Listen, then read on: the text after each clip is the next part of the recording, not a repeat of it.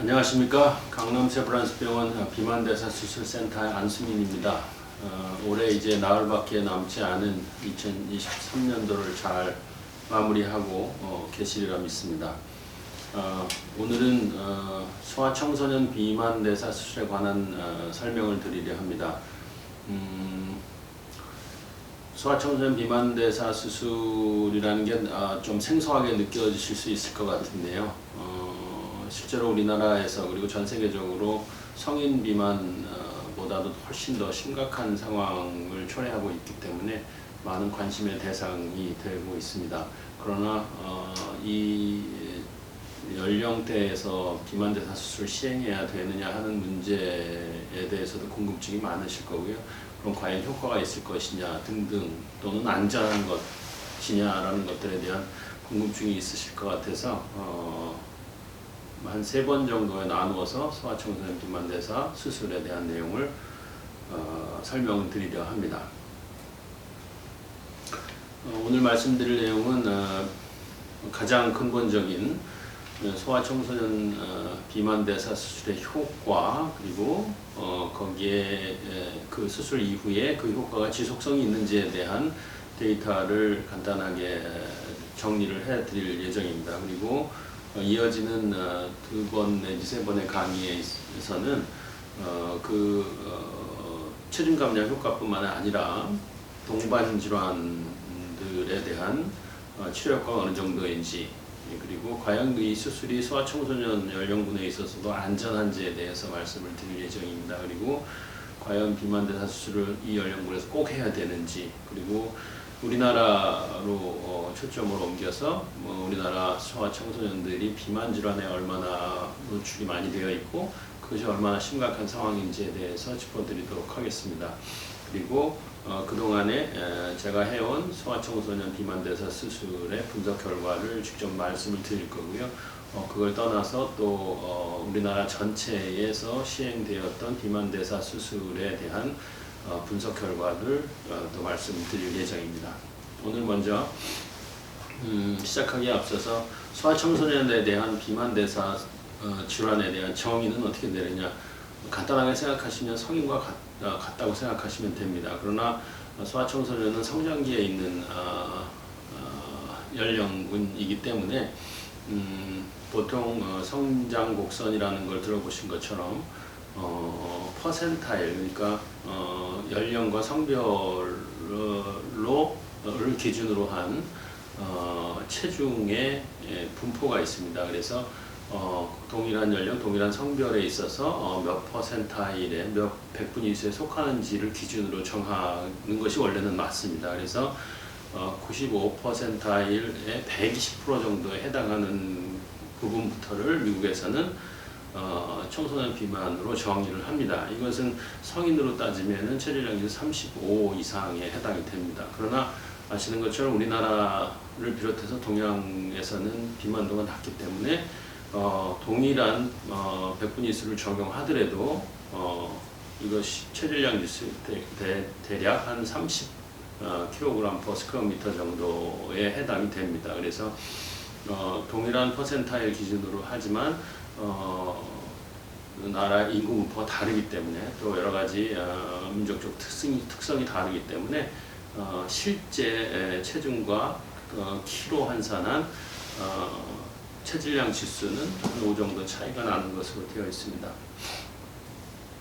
좀 복잡한 얘기일 수도 있습니다만은 일단은 간단하게 이해하시려면, 그러면 수술의 기준이 되는 소아청소년 체질량 지수는 얼마냐, 이런 질문을 했을 때는 그동안에 말씀드린 소아청소년이 아닌 성인의 수술 기준과 같다고 생각을 하시면 됩니다. 그래서 보시는 것처럼 체질량 지수가 35 이상이면 수술의 대상 환자가 되는 거죠. 그리고 체질량 지수가 35 미만이지만 30을 초과하는 경우에는 여러 가지 다양한 동반 질환 중에 하나를 가지고 있으면 역시 소아청소년 연령군에서도 비만대사 수술의 대상 환자가 됩니다. 그러면 연령 기준 없이 모든 소아청소년 인구가 수술 대상이 되느냐 하는 문제는 조금 다른 측면에서 봐줘야 됩니다. 서양에서는 결론적으로 말씀드리면 연령 기준은 삭제한 지가 15년 이상 됐습니다. 여러 가지 이유가 있습니다. 우리나라에서는 초기 비만대사 수술 보험 도입 단계에서부터 여러 가지 저항이 있었고 또 여기에 대한 이해가 부족했기 때문에 소아청소년에 대한 기준을 서양 기준처럼 그대로 연령 기준을 삭제하고 들여오기에는 조금 부담스러운 측면이 있었습니다. 그래서 최소한의 기준을 마련해 두자 해서 제가 이 기준을 만드는 커미티가 참여했을 때 소아 기준을 그냥 18세 이상만 수술하고 소아 기준은 따로 만들지 않는 걸로 했습니다. 그러나 그렇게 되면 이미 그 당시에 알고 있었던 소아청소년 비만을 치료하지 않았을 때의 향후에 생기는 문제의 심각성을 걱정을 했기 때문에 이 18세 미만 환자들에 대해서는 수술할 수 있는 최소한의 연령 기준은 만들어 놨었죠. 그래서 그것이 뭐냐면 소아청소년 내분비를 전공하신 선생님들께서 성장이 완료되었음, 주로는 뼈 사진을 가지고 판단하게 됩니다. 그래서 성장판이 닫혔고 성장이 완료되었음을 확인을 받으면 그 환자는 18세 미만이더라도 체질량 기준에 맞춰서 비만대사 수술을 받을 수 있고 보험 적용이 될 수 있도록 해놓았습니다. 현재도 그렇게 시행하고 있고요. 제 환자 같은 경우는 가장 연령이 낮았던 환자가 이제 13세 초반이었고요. 되게 분포는 13세에서 한 16, 7세 이렇게 해서 연령대에 특별히 많이 수술받는 그룹은 없고요. 13세부터 16, 7세까지는 그냥 거의 대부분 모든 연령군에 이렇게 고르게 분포가 되어 있습니다. 전에도 말씀드렸지만은 연령 기준이라는 것은 소아 비만 대사 수술을 하는데 전혀 의미가 없습니다. 그래서 이 기준은 국제적으로는 삭제된 상태고 지금 현재의 마지막 이 소아청소년에 대한 강의 때 말씀드리게 되겠지만은 모든 데이터들이 다 연령은 의미가 없음을 가리키고 있습니다. 그래서 지금 현재의 소아청소년에 대한 비만대사 수술의 보험 기준이라든가 2012년도에 제정되었던 권고안은 곧 개정될 예정입니다. 그런 작업들을 지금 이제 제 데이터와 그런 국내 데이터를 가지고 만들어 나가고 있습니다. 네 가지의 잘 알려진 국제적으로 가장 신뢰성 있는 데이터로 인정받고 있는 여러 가지 스타디들을 말씀을 드릴 예정입니다. 첫째 데이터는 미국 데이터입니다. 2016년도에 뉴 잉글랜드 저널 오브 메디슨이라는 가장 신뢰성이 높은 저널에 발표되어서 많이 인용되고 있는 결과입니다. 이거는 전향적인 연구에서 나온 데이터입니다. 대상 기간은 연구 대상이 2006년도부터 21년도까지 되어 있고 여기 이 논문은 16년도에 나온 거로 되어 있으니까 전향 연구가 계속 지속이 2021년까지 되어 있던 걸 알 수 있겠죠. 그리고 요 논문에 나왔던 대상 환자는 이제 242명의 환자입니다. 체질량 지수가 우리가 상상하는 걸 초월하죠. 평균 체질량 지수가 이제 53 kg/square meter였었고요. 요 대상 기간, 요 분석 대상은 5년간 수술받은 환자였습니다. 그리고 매년 환자의 체질량 지수 변화 그리고 동반질환 치료 효과들을 포함시켰는데 분석에 오늘 말씀드릴 거는 체중 감량 부분만을 말씀드리게 됩니다. 요 다음번에 이제 제가 다른 부분 말씀드리게 될 겁니다. 3년간 체중 감량의 그래프를 보시면 이렇게 나옵니다. 슬리브, 소매절제술과 바이패스, 여기에서는 이제 루아이 위우회술이라는 수술입니다. 이 두 가지가 붉은 점선과 파란 선이 같은 트렌드로 이렇게 3년간 체중 감량 커브를 보입니다. 이 기준은 수술 전의 몸무게를 0으로 봤을 때 얼마만큼 감소하느냐를 나타낸 그래프입니다. 1년 됐을 때 마이너스 30%를 넘게 감소가 되어 있고요. 약간의 변동은 있습니다만은 마이너스 30% 선에서 소매절제술과 우회술이 같이 비슷한 모양을 보여주고 있는 걸로 알 수 있습니다. 결국은 성인에서 보이는 그런 트렌드들과 비슷하죠. 100kg 환자가 수술 받았다면 70kg 선에서 유지가 되는 거죠. 이런 변화는 1년 정도 됐을 때 안정화되고 그것이 계속 3년까지 관찰했을 때 큰 변화가 없다. 이런 결과입니다. 3년 결과를 말씀드린 겁니다. 두 번째도 역시 미국 데이터인데 이거는 후향적인 분석입니다. 한 100만 명 정도의 전자 차트를 리뷰를 했고 그 중에서 비만에 관련된 치료를 받은 환자를 다 끌어냈습니다. 그리고 대상은 물론 청소년, 소아 연령대 환자였습니다. 그래서 이들이 비만대사 수술을 받았을 때 어떤 체질량 지수 감소와 동반질환 치료 효과가 있는지를 분석을 해서 발표했던 거고 이거는 이제 앞서 말씀드린 내용 2년 후에 발표가 된 내용입니다. 이 연구에 포함된 소아청소년의 특성을 잠깐 보면 전체 이 분석의 대상이 됐던 환자는 544명이고요. 여자 환자가 80% 수준으로 조금 많습니다. 그리고 주로는 이제 백인 소아청소년이었고요. 연령의 평균은 17세였는데 12세에서 15세, 16세에서 17세들이 한 40% 이상 포함이 되어 있는 걸 볼 수 있습니다. 40%가량 포함이 되어 있는 걸 볼 수 있습니다. 그리고 체질량 지수는 50 정도 평균을 보여주고 있고요. 체질량 지수 분석은 분포는 체질량 지수 35에서 39 사이가 약 5%, 그리고 40에서 49 사이가 이제 가장 많은 50% 정도를 차지했고요. 체질량 지수 50 이상이라든가 60 이상도 다 포함이 되어 있는 걸 알 수 있습니다.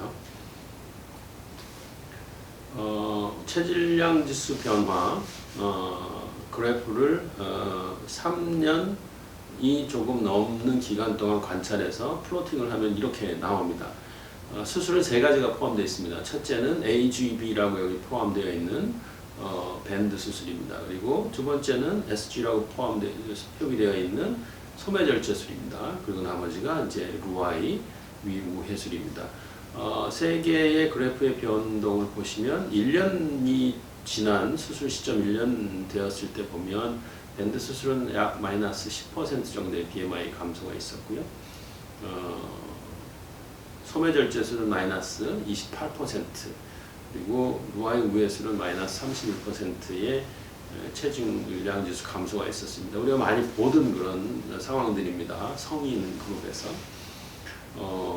간단히 소매절제술과 루아이 우회술 1년 결과를 보면 28대 31로 통계적으로 약간 유의한 차이를 보이는 것을 볼 수 있습니다. 한 3%포인트 정도 차이가 루아이 우회술 우수하게 나타납니다. 그리고 이런 변화는 3년이 지난 후에 평가했을 때도 이런 트렌드는 계속 유지가 되고 그 차이는 약 4%포인트 정도로 약간 벌어지는 경향을 보입니다. 그러나 환자들이 보이는 그런 체질량 지수 변동의 폭이 조금 넓어지기 때문에 개인별 차이가 생기기 때문에 통계적인 그런 의미는 조금 감소하는 걸로 나옵니다.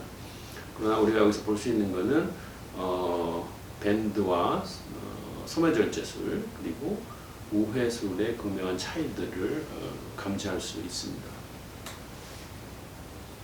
다음은 우회술과 소매절제술 같은 연구에서 소매절제술의 그럼 지속성이 어떤 식으로 차이를 보이느냐 하는 내용입니다. 이 그래프가 좀 복잡해 보이지만 간단하게 설명을 드리면 이렇습니다. 두 수술을 받은 환자들 중에서 마이너스 20% 이상의 체중 감량을 보인 그런 그룹을 각각 소매와 우회술 그룹에서 어떤 변화가 있는지를 본 거죠. 그 변화의 척도는 그 마이너스 20%를 유지하고 있느냐 안 하느냐 또 30% 수준을 유지하고 있느냐 안 하느냐 두 개의 다른 관점에서 봤습니다.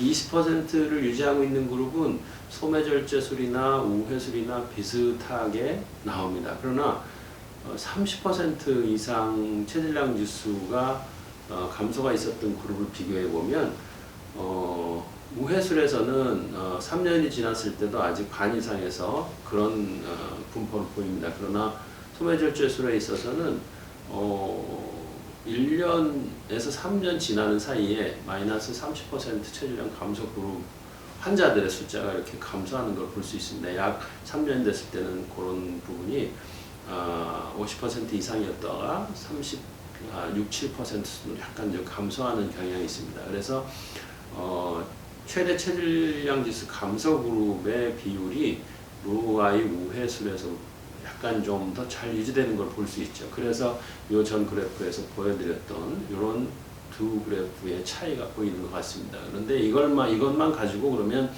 루아이 우회술이 소매절제술보다 지속성 면에서 우세하냐라고 결론을 내리기에는 아직 좀 이른 것 같습니다. 그러나 그런 경향성은 이런 연구에서 뿐만이 아니라 우리나라 연구 그리고 저희 외래에서 환자를 추적하면서도 계속 느끼고 있는 거죠. 근데 이게 이제 통계적으로 큰 차이를 보이느냐는 조금 다른 얘기인 거죠. 세 번째 연구는 역시 그 첫 번째 보여드렸던 그 전향적 연구의 또 다른 서브 디비전입니다. 그래서 이거는 이제 5년 동안 소아청소년 환자들을 쭉 추적한 전향적 연구 결과를 봤는데 어디에 주목했냐면 루아이 우회술의 결과에 좀 주목을 해봤습니다. 그랬더니 과연 이게 지속성 면에서 유리한 면이 있겠느냐라는 그런 이제 추측에 대한 답변을 내놓기 위해서 한 거였었는데요. 체질량 지수가 상당히 높은 그룹입니다. 약 한 57 정도 평균 체질량 지수였고요.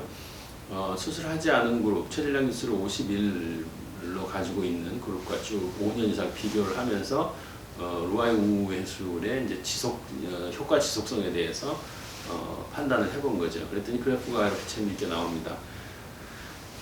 밑에 빨간 선으로 보이는 이 그래프는 루아이 우회술을 받은 환자군의 8년 가까이 됐을 때의 체질량 지수 변화의 그런 그래프입니다. 처음에 평균 체질량 지수가 수술 연한 57인 그룹이었습니다. 그런데 이 그룹이 쭉 1년 가까이 되면서 급격하게 체질량 지수 감소가 왔고요. 57에서 거의 30대까지 급격하게 줄어듭니다. 그리고 그런 트렌드는 장기간 계속 유지가 되는 거죠. 그래서 8년 되어서 체크해 보니까 41에 맞춰져 있습니다. 평균 수치가.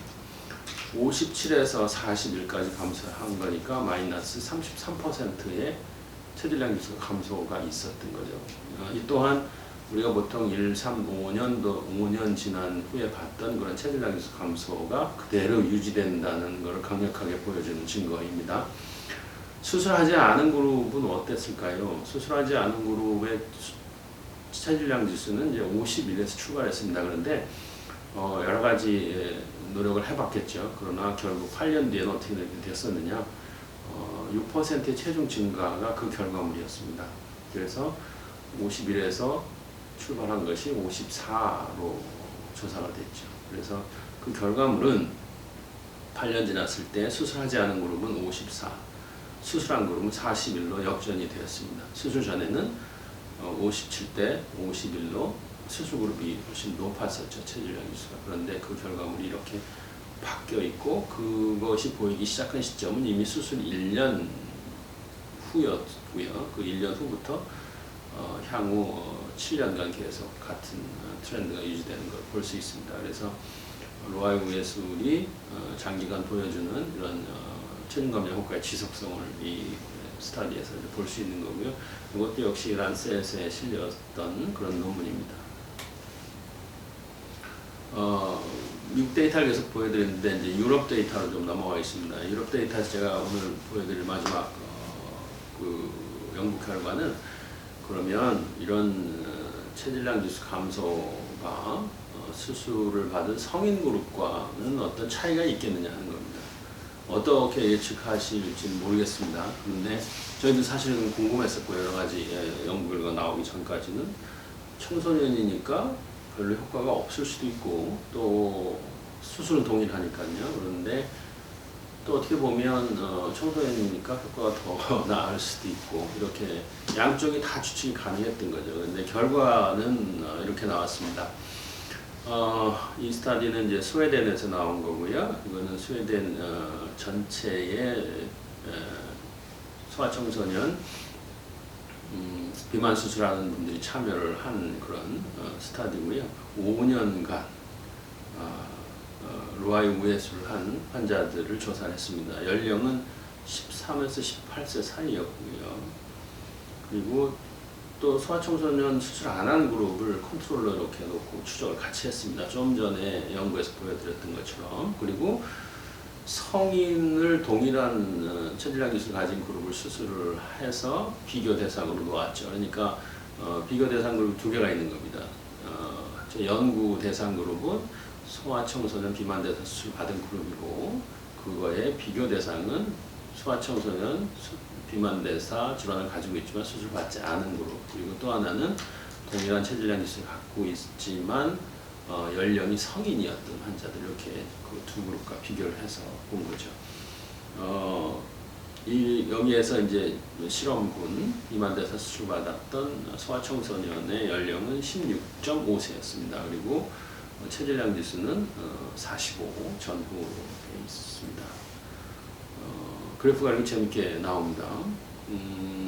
일단은 5년 됐을 때 최종점을 한번 보겠습니다.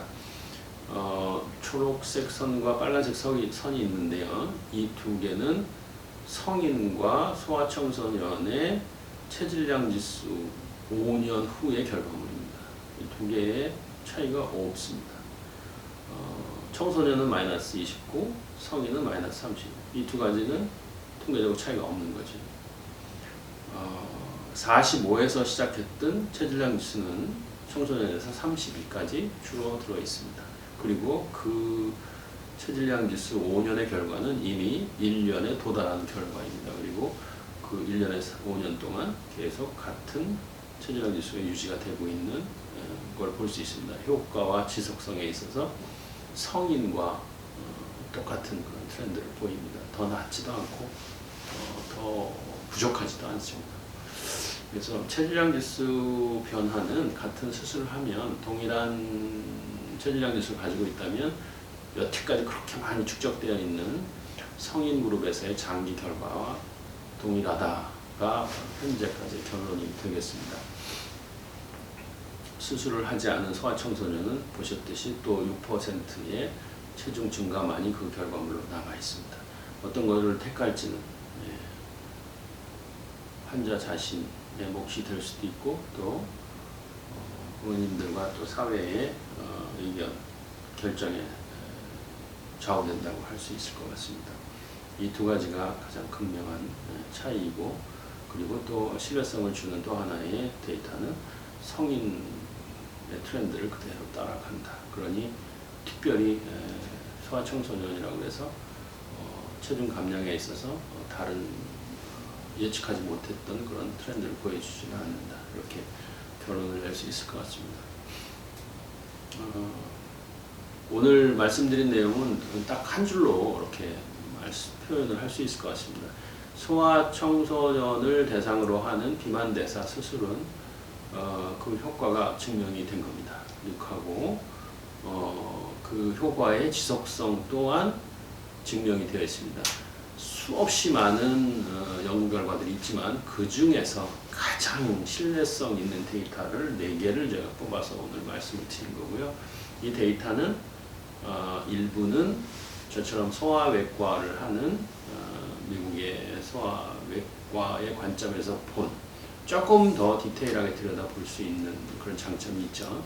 그분들이 분석한 결과가 3개였었고요. 또 하나는 스웨덴, 유럽 쪽의 결과였었습니다. 그러니까 이거 말고도 말씀드릴 데이터들은 뭐 수없이 많지만 일단 가장 신뢰성 있는 데이터 4개를 보여드리면서 그 효과와 그 효과의 지속성은 더 의문을 갖지 않아도 된다라고 결론을 내드리려 합니다.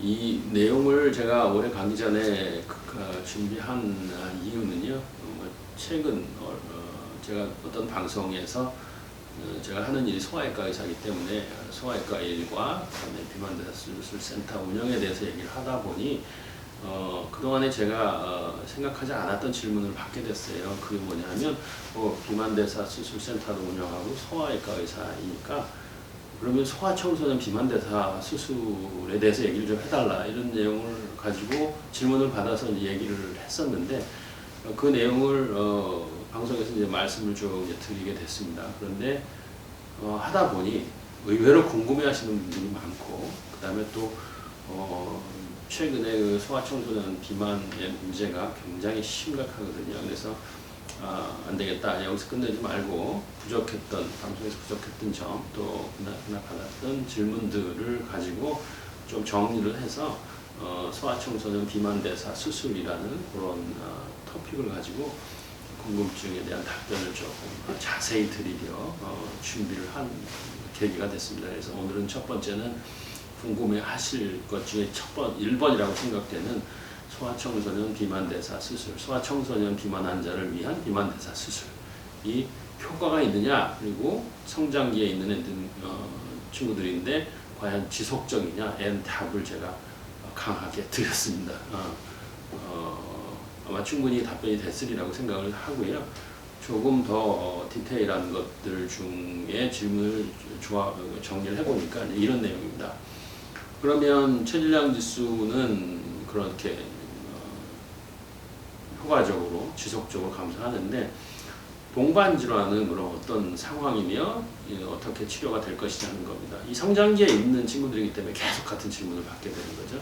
여기에 대한 답변, 그리고 또 하나는 어린이들 또 청소년들이기 때문에 이 수술이 성인에서는 안전하다는 걸 증명이 됐지만 애들한테도 안전하냐, 이런 문제죠. 거기에 대한 내용을 꼭 얘기를 해달라고 그래서 그 문제도 다음 거에 또 말씀을 드리려 합니다. 그리고 꼭 수술을 해야 되는 분명한 이유가 있습니다. 그리고 그게 지금 현재 얼만큼 심각한 상황인지를 묶어서 말씀을 드릴 예정이고요. 시간이 된다면 지금 이제 저희 연구 중인 그리고 일부 결과가 나와서 발표를 하고 있는 그 소아청소년, 우리나라에서의 소아청소년 비만대사 수술의 결과 분석에 대해서도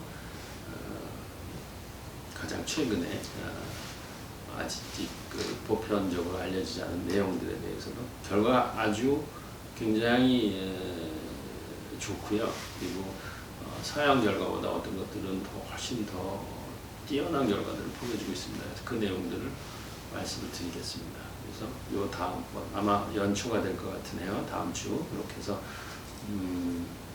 이어지는 내용들을 말씀을 드리도록 하겠습니다. 오늘 강의는 요거를 마치겠습니다. 가끔 제가 이렇게 슬라이드를 한글로 완전히 다 바꾸질 못하고 그냥 바쁘게 하다 보니 만들어서 갖고 있는 슬라이드를 되게 의학용어로 영어로 되어 있는 걸 가지고 말씀드려서 대단히 죄송하게 생각합니다.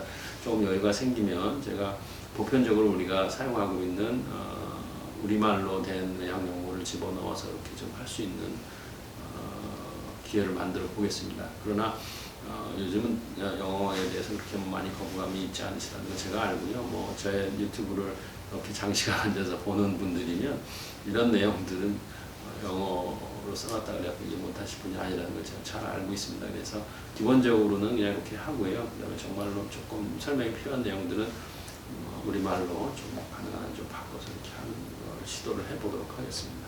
불편하신 점을 만들었다고 좀 죄송하다는 말씀을 드려서 드리고요.